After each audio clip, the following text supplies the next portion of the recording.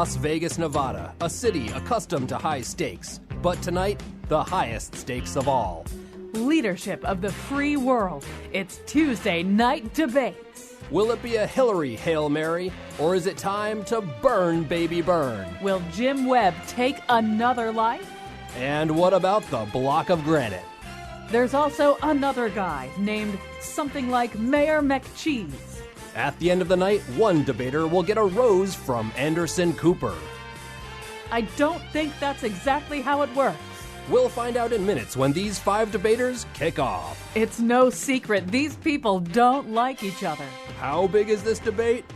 Big. It is so big. We cannot communicate how big it is. Now let's throw it down to our sideline reporter Colin McEnroe with lots of girl questions and whether people have any boo-boos. Yeah, just because I'm a sideline reporter doesn't mean I'm going to ask girl questions. That is such a stereotype. All right, so we did that a long time ago. We did that intro whenever it was that there were 5 Democratic candidates debating in Las Vegas. So go ahead, you Google that. But our point at the time was that an awful lot of things that aren't sports, things that might more accurately be placed in the category of public affairs or news, are treated increasingly like sports and packaged increasingly like sports. But we didn't think, well, first of all, let me say that we didn't think as deeply about it as our first guest did today. Let me also say that this is going to be a little bit of a theme here in the early part of the show about how, we've talked an awful lot about what is going on in this absolutely unprecedented kind of political climate and presidential administration, but maybe we've talked a little bit less about how people process it and categorize it and understand it.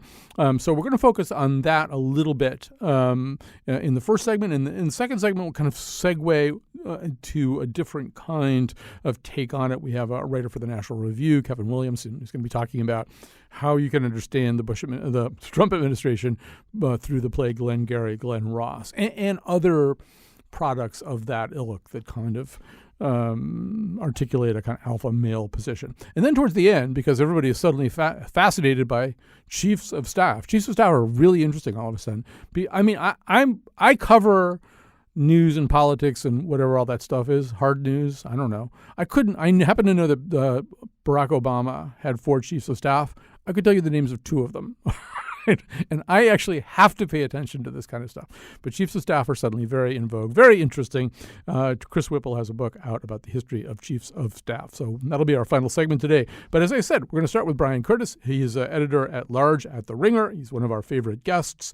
And he has been writing about the sportsification of things that are not sports, and most specifically the debate and vote over the health care bill. So Brian Curtis, welcome back to our midst. I'm ready for some football. All right. Colin, let's do it. Are you really ready for some football? I am. Some night it'll just consist of them asking that question over and over again until they really establish that everybody in America is ready for some football. We need some answers. And then they'll sign off. And then they'll sign off after that. So as you point out, the healthcare bill was not a trivial matter. This is people will probably live or die in some cases, depending on whether they can get access to decent health care, whether they can participate in preventive health care. So it's no laughing matter, and it's certainly no trivial matter, and it's probably a little bit more important than, say, an average NFC North, contest. So, but as you say, in some ways, there's some way in which our antennae for that kind of thing, for a sports event, were tuned towards something as important as the healthcare debate. I will now stop babbling and let you lay out your premise. Well, it really reminded me of it on Thursday night because we have this, we all know what time the Super Bowl is, right? But there are these lesser sports events on the calendar that people sort of find out about on Twitter. They get on Twitter and a couple of people are watching, say, a pitcher on the West Coast throwing a no-hitter or some weirdly competitive Pac-12 football game between Utah and Oregon State where the score is like 61-62 in the fourth quarter. And then they all sort of get online, and everybody goes, ooh, what channel is that on? Who's playing? What's going on? What are the stakes here? Does this affect the playoff or something? And everybody gets online and starts tweeting about it. And that was, again, minus the life and death that you mentioned and the importance of the policy, that's basically what happened on Thursday night as the Senate voted on this so-called skinny health care repeal bill. Right. And there are, as you explain, well, actually, before we get to that, I just want to say that even when I read your piece, I resonated right away because I had been thinking, and I'm older than you are, and I had been thinking, this reminds me of a very specific thing. The whole spectacle of John McCain, diagnosed with a very serious form of brain cancer, coming back to participate in this thing, reminds me of something from my adolescence, and this is what it is. And the Knicks come out to warm up. There's no Willis Reed. He's not there. And all of a sudden, a roar ensues. Here comes Willis, and the crowd is going wild. And you look over at the entrance to where the players come out, and there's Willis lumbering out on the floor, uniform on, appearing that he's going to play. And I got to tell you, that was unbelievable. That was unbelievable because of the incredible, I get chills actually thinking about it right now, a few years later. So there's a grown man saying he gets chills. I remember Marv Albert saying, the Lakers are not even warming up. They're just watching Willis test that leg. And so, I mean, that's a trope, right, Brian? That's something that we're kind of familiar with. Sure. Yeah. I mean, the wounded, sort of star coming out to do one last thing. I guess to complete the metaphor here, though, Willis would have had to score a couple of buckets for the Lakers, right? Sabotage his own team. That's essentially what John McCain did. And of course that added to the drama of the night, right? We had no idea what McCain would do. And I think one of the weird sports parallels here is that with most Senate votes, most House votes, the outcome is preordained. People don't call these things without knowing the results. But here was one of the few times where we didn't know the results. We didn't know what was going to happen. Reporters are groping around trying to figure it out. And that, I think, added to the whole spectacle as well. Right. My producer, Jonathan McNichol, also points out the, of course, famous Kirk Gibson home run, also kind of a similar kind of thing. But as you point out, the person most in charge of us not knowing the outcome was McCain, right? McCain called attention to this. How did he do that? Yeah, so reporters are asking him when he's striding purposefully to the Senate floor and saying, how are you going to vote, Senator? How are you going to vote? And his quote was, watch the show. Or in another rendering for the Washington Post, wait for the show, right? So he's the one telling us this is not political reporters trivializing great matters of state or political reporters who secretly want to be sports writers, right? Ginning up the stakes here. This is the guy who could have released a press release, could have tweeted, could have done any number of things saying, you got to wait for it. You got to watch TV tonight, and everything will be revealed before your eyes. As you also point out, I mean, there are one of the ways that we sometimes can be made to care about a thing that we don't just naturally default into caring about is through storylines. So, I mean, this is, of course, especially true in things like Olympic whitewater kayaking, where it's important for us to know, about some promise that somebody made to his dying grandfather or something, because otherwise we're not going to watch Olympic whitewater kayaking. And as you point out, everything that we just said is effectively a storyline, correct? Yeah, and what I found is that the sports media, as I've gotten older, is just much more explicit about this. Before the game starts, the announcer or the sports writers literally say, here are the storylines. Not here are some things that would add to the drama of this night, but here are the storylines. And with McCain, we had some pretty clear ones. Obviously, he had been diagnosed with brain cancer the week before. He comes back to the Senate. He gives this stirring speech about the sanctity of Senate procedure, and this is what this deliberative body is about. But then he votes with the Republicans to help them evade such procedure and proceed to this climactic vote on Thursday night. So those were all the things that were going around in our head as we watched C-SPAN in the wee hours of the morning. So, there are two ways in which, in sports, storylines reach us. Either they reach us through some, NBC sports staffer researching, the whitewater kayaking to find out if there's anything interesting about the people doing it, or when the athletes essentially proclaim to us that they are the storyline. And I mean, I don't know. You probably have a better example than I do. I don't know, Deion Sanders or somebody, just somebody who just basically believes that he is the storyline. This is what you need to know. I'm going to be in charge here. And that's kind of what McCain did. And I wonder what you think about that, too, because, those kinds of athletes, and as I say, you could probably come up with better examples than I can, often are not all that well liked by their teammates. And you sort of wonder about the Susan Collins and the Lisa Murkowskis who were kind of there, doing some of the initial blocking before McCain took the ball and ran through the hole for the touchdown, to complete my tortured sports metaphor. Nobody's really talking about them the way they talk about McCain, right? McCain made himself central to the story. No, it's like Babe Ruth pointing to the fence right before he hits a home run, or Reggie Jackson saying, "I'm the straw that stirs the drink." Yeah. Hey, look at me. Here we go. This is all on my shoulders, baby. No, I think that's right, and I think people pointed out pretty quickly after when we were all kind of a gaga over McCain and what he had done, that here are two Republican senators who had risked an enormous amount of political capital to do this, and their votes count exactly the same as John McCain. But they didn't have the same taste for drama, and then they didn't say watch the show. It was pretty obvious what they were going to do, and so we didn't, so they didn't in weird ways sort of attract the same kind of attention. But that is funny, I think with athletes we always say there's this criticism longstanding with sports writers: look at me, athletes who bring attention to themselves rather than bring the lunch pail to work, right? But in a way, that's the stuff that drives sports writing. And that drives sports television. All sports writers might say they don't like people like that, but they secretly want people like that, because those are the people that get put butts in the seats. That gets you to tune in, and that makes puts money in sports writers' pockets, right? Athletes would say, "Watch this, watch the show." Right, and that becomes the story, and writers and broadcasters are looking for stories to tell. They're probably more interested in that kind of Reggie Jackson athlete than are maybe even average people sometimes, or certainly some of the colleagues of those kinds of look-at-me athletes. I also feel as though, disagree with me if you want, but I feel as though once the media gets its hooks into a certain kind of storyline, like McCain, wounded warrior, brain cancer, courageously coming back to cast this all-important vote, they stop asking questions about it, and they just basically play that thing out the way that it's supposed to be played out. I don't know, McCain's staff supposedly has said in the past that he's 9 parts hero and one part troll, and the other way of understanding that night was he was just trolling the crap out of the Trump administration, who we know he hates for their terrible treatment of him. I mean, he had a meeting with Mike Pence. How likely was it that, that he was open to some argument Mike Pence might be making at that moment? He dragged it out to this final moment, I think partly to torture them, although that doesn't really fit the Willis Reed narrative.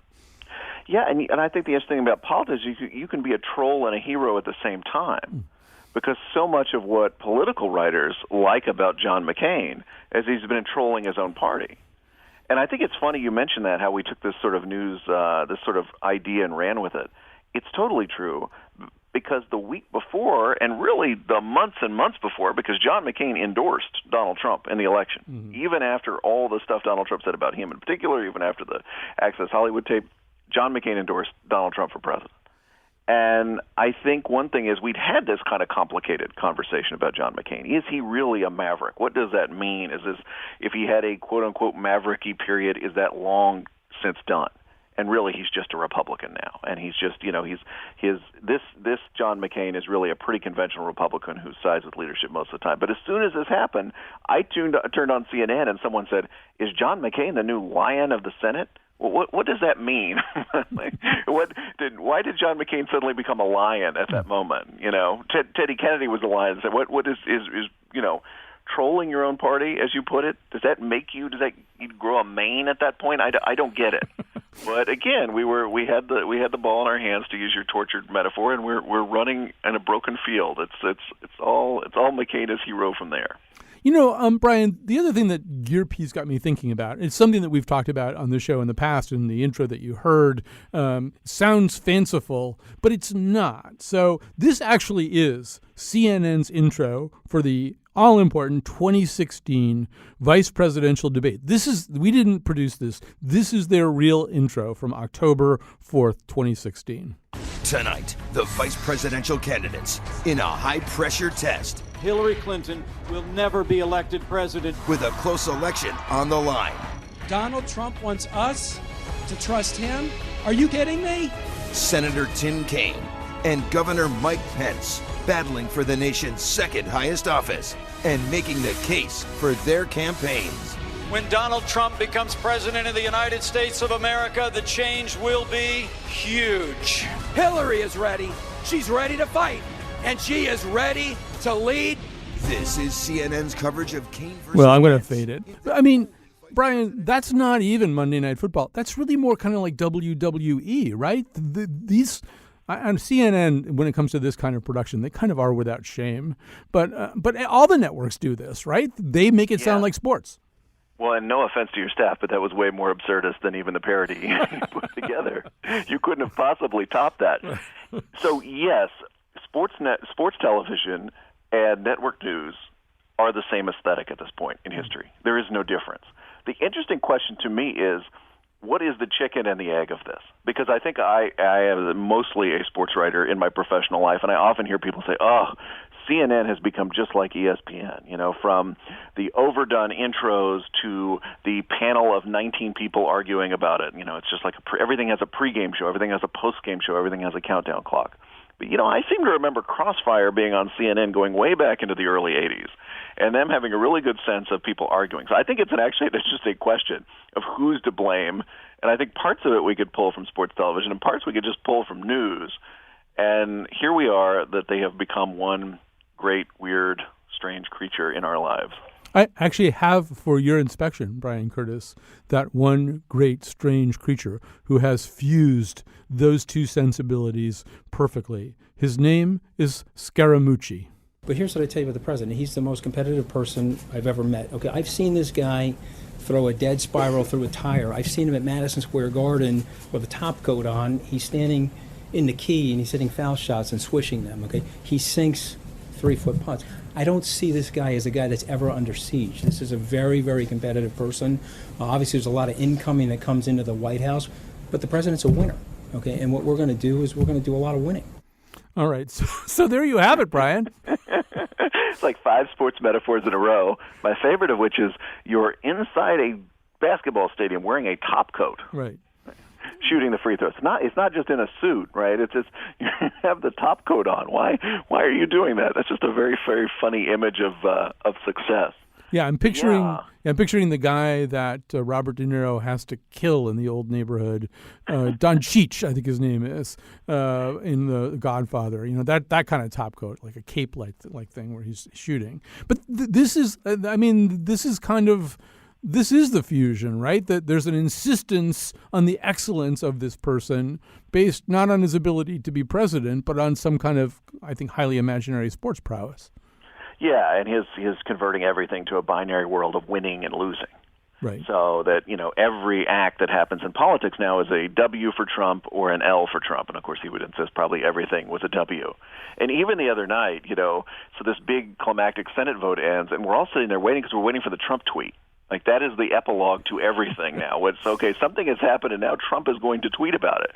And, in fact, he gave this bizarre tweet about how he thought the Senate should not have the 60-vote filibuster-proof barrier, but the 50-vote barrier, which, of course, it was a 50-vote barrier in this particular instance. But that's Trump, right? And that's another staple of sports television, which is preview of next week's games, right? Trump is not just telling us what happened, but here's the next fight. Here's the next thing over the horizon so that we all stay tuned, as it were. It's what they should do, actually, is... and I guess they sort of do it. But what would be better would be to have Trump do sort of like a, Mike McCarthy, Bill Parcells type thing after the vote where he has to go to the podium and just take a lot of questions, about why didn't that work? Or, I think he'd like that, don't you? Or even not with questions, how about just like a Facebook Live, Trump staring into a camera from his television where we can see the kind of the glow of Fox News or CNN on his face as he watches live with us. I mean, that's kind of a very 2017 media thing to do. I actually think he'd have some fun with that. It's hard to come up with a punishment for Donald Trump that he won't like. All right, so I'll get in trouble with certain people if I don't point out that the White House, when they released the transcript of Scaramucci, changed 3-foot putts to 30-foot putts. But that's really true. They actually did do that. So I don't know what fit that into any kind of box you want to. But Brian Curtis, great to hear your voice again, editor-at-large at The Ringer. Thanks for talking to us about this. Thank you, Colin. All right. We're going to take a break. We're going to come back. We're going to look at this a different way. We're going to go from sports to theater. And we're going to, well, assuming there's any difference, but the kind that's on stages anyway.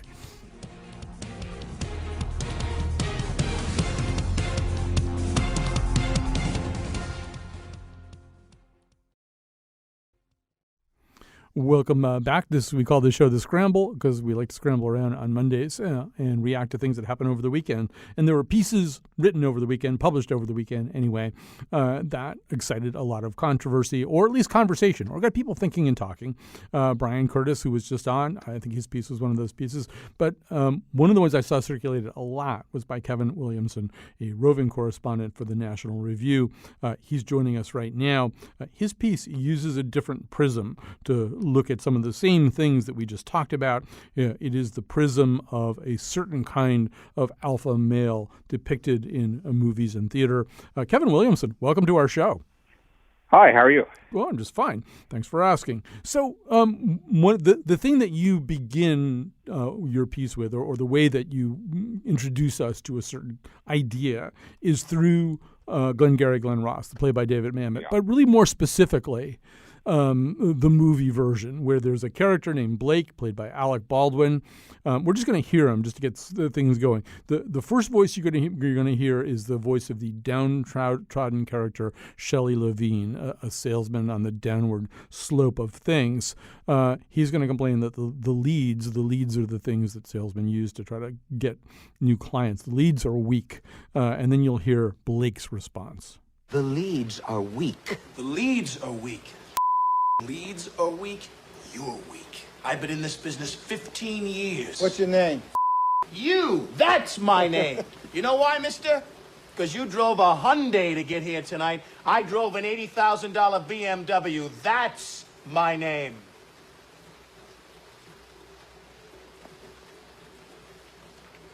And your name is you're wanting. And you can't play in the man's game. You can't close them. Then go home and tell your wife your troubles. Because only one thing counts in this life. Get them to sign on the line which is dotted. All right, that's the character Blake. So, Kevin, what does he mean to us in this particular situation? What does he symbolize? Yeah, good stuff there. Well, I think it depends on how you look at the play. I think the way the play is intended to be understood is this dark and friendless and largely amoral universe of which Blake is a part. Now, he doesn't appear in the play. He was a character written specifically for the movie when the play was rewritten as a movie a few years later. And one of the ironies about that is the investors didn't think that the play was saleable enough, and so they put this great speech in about salesmanship. But what's weird, I guess it's maybe not so weird, is that certain people, certain men especially, I guess, and particularly young men, have embraced Blake as something to aspire to. They memorize this speech. They quote it back and forth to each other. I was at a revival of the show on Broadway a few years ago in 2012, and there were some young guys, waiting to see the play, who were kind of quoting this thing back and forth to them. And I was thinking they must have been really disappointed because that character doesn't actually appear in the play, just being someone for the movie. So I was thinking about that crazy interview that Anthony Scaramucci gave to the New Yorker and thinking to myself, normal adult human beings don't really talk like that. But people who are imitating certain characters they've come across in movies, television, things like that do. And I think that Blake and the general David Mamet universe is one of those things that's often imitated in that way.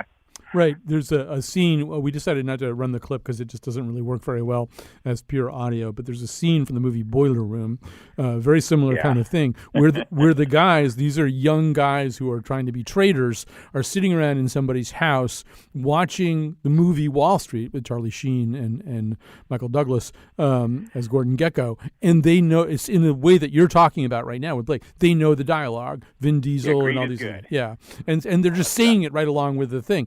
And once again, I think we understand Wall Street and to a certain degree Glengarry Glen Ross as cautionary tales about a certain kind of emptiness, but they're not always embraced that way.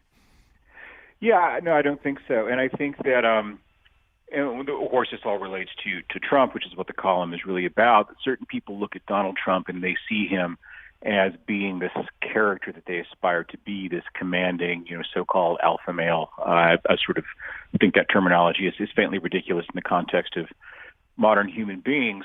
But of course, the thing about Trump is that he isn't that guy. He plays that guy on television. He's a lot like the people who look up to him, that he has spent his life doing an imitation of something that he actually isn't. I mean, he's not a great salesman. He can't even get Republicans to agree on the health care deal that they all want to agree on. You think he could sell real estate? Not if it was a terrible real estate like they're having to sell in Glengarry Glen Ross. The funny thing about Trump, of course, is that he's been a pretty middling businessman. He was really bad at operating casinos and hotels. His real estate career, fairly middling. Most people who've looked at it figure he probably would have made more money if he just parked his inheritance in a mutual fund and spent the next 20 years just amusing himself.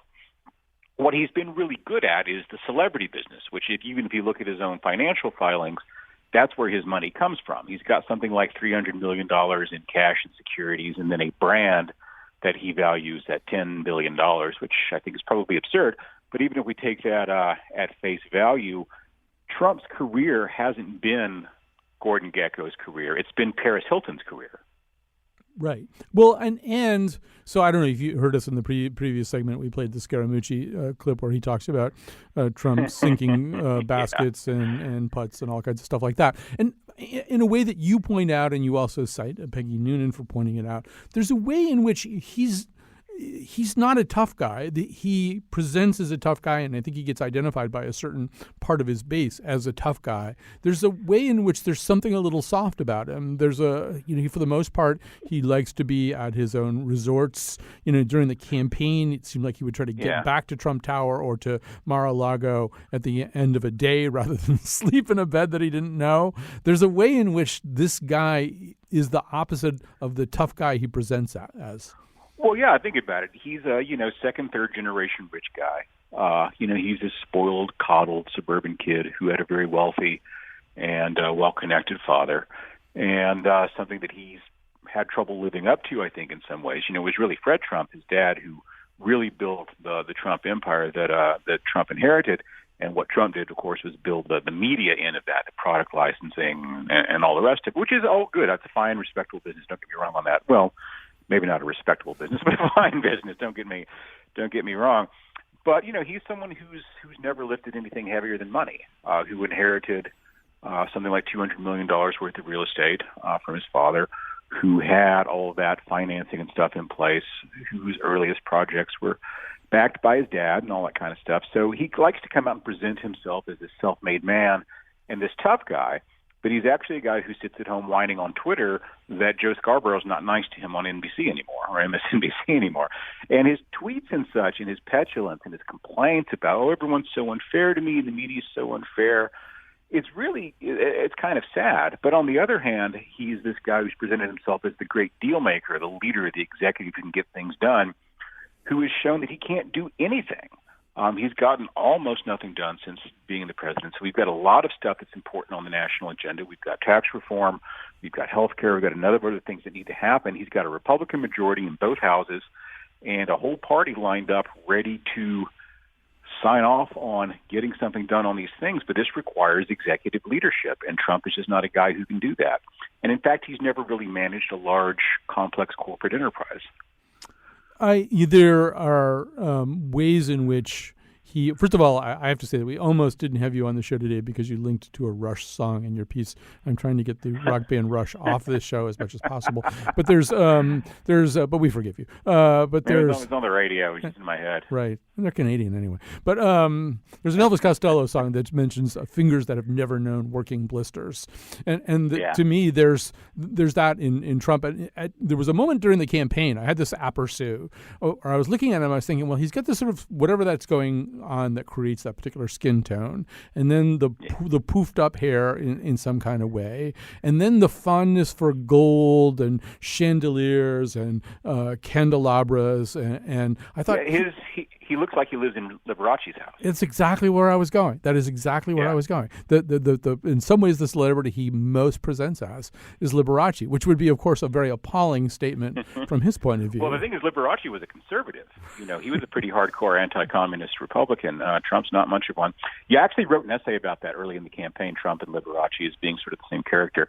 In talking about this stuff in movies, there's another Al Pacino movie called The Devil's Advocate, which is a silly movie, but kind of a good one in some ways. And there's a character who is this homicidal real estate developer, and the people who did the movie actually, however they managed it, bamboozled Trump into letting them shoot these scenes in his ridiculous apartment with the fake Michelangelo frescoes on the ceiling and the gold-leafed everything. And it's absurd and hilarious, but Trump is one of those guys who really has internalized the lesson, I think, that for a certain kind of person, there's no such thing as bad publicity. When you think about it, if not for an embarrassing tabloid divorce case back in the 80s, Trump would be just a fairly obscure New York City real estate developer. So we're talking to Kevin Williamson. He wrote this piece for the National Review. We're heading into our final segment of the show that's going to be about chiefs of staff. Chris Whipple's written a book about chiefs of staff. And it seems to me that one of the things that chiefs of staff do and presidents do is try to figure out what the balance is between work and any kind of relaxation for the president. It's a really hard job for most people. They find ways of releasing it, whether it's Barack Obama with this ascetic 7-almond evening where he's maybe watching a little bit of basketball and eating these almonds really slowly, or George W. Bush had that whole mountain biking thing where he would just get this whole reckless streak out. But I mean, it's a hard job. For the most part, it's a really hard job, or you just have to decide you're going to outsource it to some chief of staff who's going to have a really hard job. But one of the things that I think one of the ways your piece kind of bleeds over into that conversation is I don't think anybody has really decided yet how hard this job is in the Trump administration. He seems to be watching like a lot of television, and maybe he's never really worked on fans because he's not doing very much. Well, that's what I'm sort of saying. Maybe he's never worked really, really hard.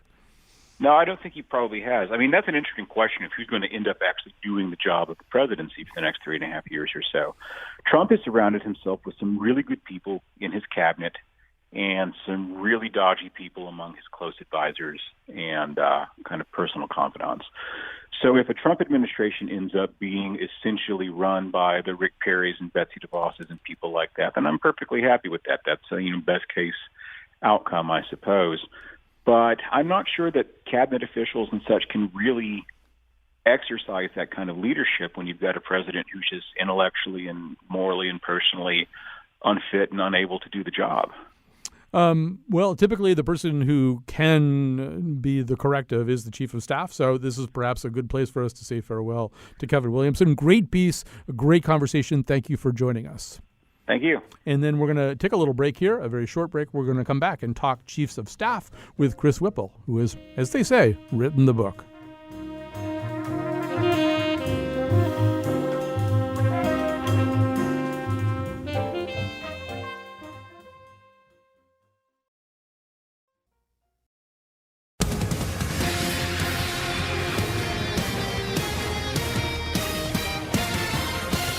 Today's show was produced by Jonathan McPants and me, Kyone Wolf, with help from our intern Tim Cohn. Amanda Fish is now called Wanda. The part of Leo McGarry was played by Bill Curry. On tomorrow's show, the joy of independent minor league baseball, where misfits meet major league stars of the downward slope and guys who just can't quit the game. And now, back to Colin.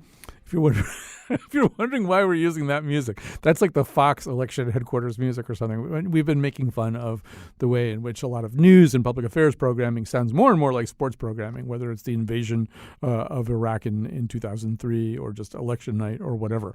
The other reason we're doing it is we kind of, I guess it's not really fair to say we lost the Get Smart music that we usually use, but we're having trouble getting to it anyway. We're having technical difficulties. Anyway, that's a long explanation about something you don't even care about. But you do care about chiefs of staff. Everybody suddenly is very interested in chiefs of staff.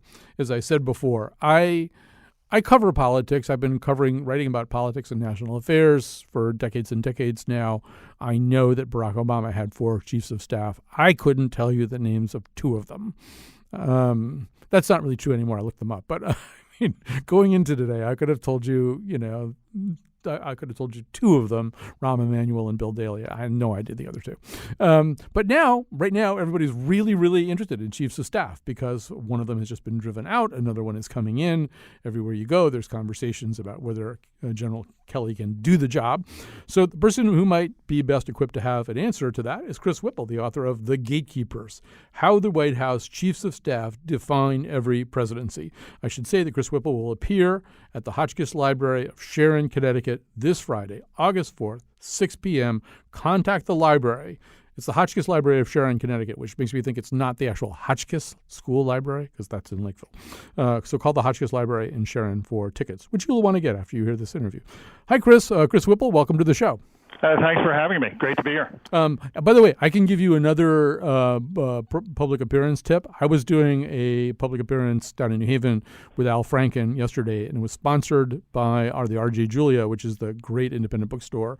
And Roxanne Cody, who runs that store, was asking all kinds of questions backstage of me and Al Franken, mainly of Al Franken, about Kelly and whether he'd be a good chief of staff. And I said, well, there's a book out about chiefs of staff. And she said, really? And she got very excited. So call R.J. Julia right now. I'm sure you can get something out of this. Thanks for the tip. So let's talk about this job. First of all, we should say, as much as the government of the United States attempts to diversify itself, this is a job that's only ever been done, as far as I know, by white men, right? How long has it been around? That's certainly true. Yeah. How long has there been a chief of staff? Well, some people would say that Eisenhower began the job with Sherman Adams. He was sort of the civilian version of Ike's Army Chief of Staff.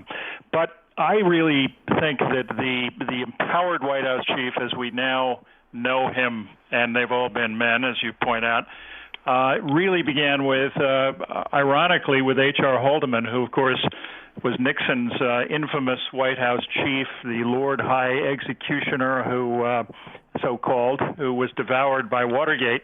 The irony is that Haldeman really wrote the book. He created the template for how the job should be run, of course, with the exception of Watergate. That's where he failed to speak truth to power. But he really created the position, and the model is one that presidents have strayed from at their peril ever since. Every president learns, with the exception of our current president so far, that you cannot govern effectively without empowering a White House chief of staff as first among equals to execute your agenda, and most important, tell you what you don't want to hear. That's the key. Right. So I want to go through a lot about that. I do want to just do a little historical geeky footnote, which is, of course, the through line from Haldeman to Sherman Adams is that Nixon claimed that he was the one who had to fire Sherman Adams. Sherman Adams had to be let go for accepting, among other things, a vicuña coat. That's right. But, however, in reality, like many things that Richard Nixon said, that wasn't true. Meade Alcorn, who was a Connecticut Republican legend, was the person who actually had to fire Sherman Adams, who then started a ski lodge, which is good he had a vicuña coat to stay warm. Well, he was a former New Hampshire governor. Right. And so was John Sununu, and thereby proving James Baker's rule, which is that former governors, former principals, former CEOs don't usually succeed as White House chiefs. Right. Do you think it's fair to say that the chiefs of staff that we remember, like when I started thinking about this whole topic, I thought about Sununu right away. I thought about Don Regan, who was Reagan's chief of staff for a while. I thought about chiefs of staff. Yeah, Haldeman's another great example. The people that we know, I mean, if you're doing a really good job as chief of staff, there's a better chance people don't know who you are. Yeah, no, that's absolutely true. I mean, the phrase used to be that the first requirement was a passion for anonymity. That's no longer really true in the modern era because, the chief, among other things, has to occasionally go on the Sunday talk shows and put a face to the position, which is without a doubt, in my mind, the second most powerful job in government. Dick Cheney likes to say that the White House chief has more power than the vice president. He doesn't always add that that's true, except when Dick Cheney was vice president. But see, Dick Cheney belongs to this kind of Shaolin warrior monk class of Republican chiefs of staff. He had been a chief of staff. Rumsfeld had been a chief of staff. Jim Baker was chief of staff for 2 different presidencies. These are guys who really know how to do this. And Jim Baker, I think, famously said that if you want to be chief of staff, you should be paying a lot more attention to the words of staff than you are to the word chief. And I think that's significant for Trump, that, he didn't really pick that kind of person. He picked Reince Priebus, who's kind of a second-tier guy who'd only really worked at the Republican National Committee, right? And a lawyer from Kenosha, Wisconsin. He didn't pick one of those kind of elite guys that you can get as a Republican. Well, that's certainly true, and Priebus made plenty of rookie mistakes. But, at the end of the day, Trump, the irony of listening to Trump this morning talking about Kelly as somebody who will go down as the greatest White House chief ever. Look, the first 6 months proved that Donald Trump has no idea what the job is about because he failed to empower Reince Priebus to do the job. The White House chief has got to be, first of all, the gatekeeper who gives the president time and space to think. He's got to be the person through whom everybody goes to the president, with the exception, let's say, of family. Ivanka and Jared are not going to do that, but the staff has to do that. And, Scaramucci, this guy, in the first place, shouldn't be within 100 miles of a functioning White House. The first thing Kelly should do is yank his credentials and get him off the grounds. Failing that, Scaramucci has to report through Kelly, just as everybody else in the West Wing should, or this cannot work. Look, it's possible that Bannon can come and go from the Oval and pretend to be in charge of policy, kind of the way Ed Meese did in the Reagan White House. But in that White House, Baker controlled everything that mattered, executing the agenda. And Kelly has to do that for Trump to have any chance whatsoever of governing. There's so many places I want to go with this conversation, but one of the questions that I have, the only other general that I can think of was Al Haig. There may have been some others that I'm not aware of. And you and I, we've not been generals. We don't know what that's like. But I'm thinking that it's a slightly different job, that in many respects what a chief of staff has to do is recognize a multiplicity of cross currents of power, influence, desire for access. I mean, in some ways, there's almost the opposite of a clear chain of command. There's a whole bunch of people who want to get to the president, want access to that person's time, and you kind of have to figure out, maybe even on a day-by-day basis, how to navigate that. Yeah, it's exponentially more difficult than being a general, as difficult as that job may be. And Kelly, by all accounts, is a very effective leader and extremely competent. But this is another level. Baker and Leon Panetta, in my mind, were the gold standard, the two best. And Panetta is a guy who had been around the block. He'd been a congressman. He'd been, for many terms, he'd been an OMB director. He knew budgets. He knew everything. He knew policy. He knew Capitol Hill. He was described, and I describe him in the book, as a guy who had an iron fist inside a velvet glove. You have to have, it's an amazing skill set. I mean, you have to be the ultimate diplomat.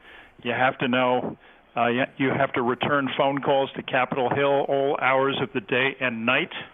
And at the end of the day, in addition to all of that, you've got to be the guy, as Panetta and Baker were, who can walk into the Oval Office, close the door, and tell the president what he doesn't want to hear. Rumsfeld, in the book, Rumsfeld tells me a number of stories about doing that with Jerry Ford. And he said, look, the White House chief is the one person besides his wife who can look him straight in the eye and tell him, you cannot go down this road. Here are the reasons why. Trust me, it's not going to work. Priebus was utterly unable to do that. And this is a West Wing populated by a lot of enablers and sycophants. It's pretty clear that there are no red lines that they won't allow the president to cross. And I think Kelly well, we can get into this, but, he really needs to have conditions with Trump, and frankly, he needs to be ready to resign if Trump crosses certain lines. Right. I mean, first of all, just back up for a second. I want to come back to that before we run out of time. But, it's not unusual for presidents to make a bad first choice. Panetta replaced Mac McLarty, who's a really, really nice guy, probably too nice a guy. Didn't have the iron fist, just had the velvet glove. Sununu and Don Regan were probably maybe a little bit of the opposite. I think Regan actually famously hung up on Nancy Reagan one time, which you just don't do. So, I mean, it's not – and Jerry Ford and Jimmy Carter, as you point out in the book, they made the ultimate wrong decision, which was thinking that they could get along without a chief of staff. You know what? No question about it. Look, presidents sometimes, one former chief told me that it's a little bit like alcoholism. Presidents have to hit rock bottom before they're ready to admit that they can't run the White House by themselves, and they have to empower a White House chief to make things happen. You got to wonder if Donald Trump would recognize rock bottom if he hit it. I mean, this White House is the most dysfunctional in history. There's just no comparison to, Jimmy Carter. It took him 2.5 years to realize that he had to appoint a chief, Ham Jordan. Jordan didn't have the title or the power until then. Same thing, Bill Clinton. It took him 1.5 years to realize that he needed somebody like Panetta and he needed to empower him. But there's no comparison because the Trump White House is completely broken, maybe beyond repair. It can't do anything right. It can't issue executive orders that are enforceable. It can't pass legislation. It can't prioritize the president's agenda. It can't get anybody on the same page. It's thoroughly broken. So this is a tough task. Very good chocolate cake, though. I think you're emphasizing too much the negative, Chris Whipple. So, you and I were not in it's a piece of the most beautiful chocolate cake you've ever seen, exactly. Actually. Okay. The job. Let's get the quote right, yeah. So, you and I weren't in the room, but I think we both absolutely know that General Kelly said, I have some preconditions. I am not taking this job unless you vouchsafe to me items A, B, and C. First of all, would you want to hazard a guess what any of those items are? Well, the first item ought to be that he's first among equals and that everybody, including Scaramucci, again, with the possible exception of Bannon, has to go through him. That would be condition number one.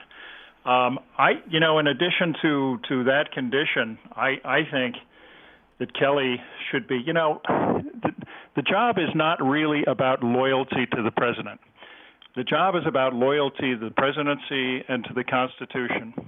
This White House has been, he's got to be able to go into Donald Trump, close the door and say, look, there are certain lines you may not cross or I will resign. Every chief who's really been successful has been ready to resign. And I think he should tell Trump, for example, that if he tweets something that is demonstrably false, I'm gone. You can find White House chief number 3. That might make for a very short tenure, so we'll have to see how that plays out. But every chief has to be ready to resign, or they can't be effective. All right, so this is fascinating stuff, and Chris Whipple has written The Gatekeepers, How the White House Chiefs of Staff Define Every Presidency. I would suggest that General Kelly and Donald Trump, since Donald Trump likes to watch television a lot, they should first of all get Chris Whipple's book, and then they should also sit down and watch The West Wing and just see what Leo McGarry does. He was a great chief of staff. He respected both the presidency and ferociously was loyal to his president. So, well, I would add that Kelly really should pick up the phone to Jim Baker if he hasn't already, and he should pick up the phone to Ken Duberstein, who was Reagan's last White House chief. It's troubling to me that, what I'm hearing is that these chiefs have not been getting phone calls. He needs to do that Absolutely. If he's serious about governing. There are plenty of people out here who've done that job and done it well. Good idea to talk to them. Good idea to talk to Chris Whipple, too. Thanks to Jonathan McNichol, Tim Cohn, and Kion Wolf for getting this show on the air. We've got a great show about Indy baseball tomorrow. Look like I run this place. Look like I run, look like I run, look like I run this place. Tell it from head to toe.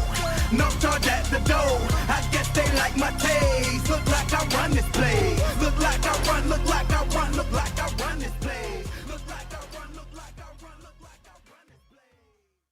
Trump has fired somebody, it seems like once a week since Inauguration Day. It's almost as if he only has experience on a reality show where he fires somebody once a week.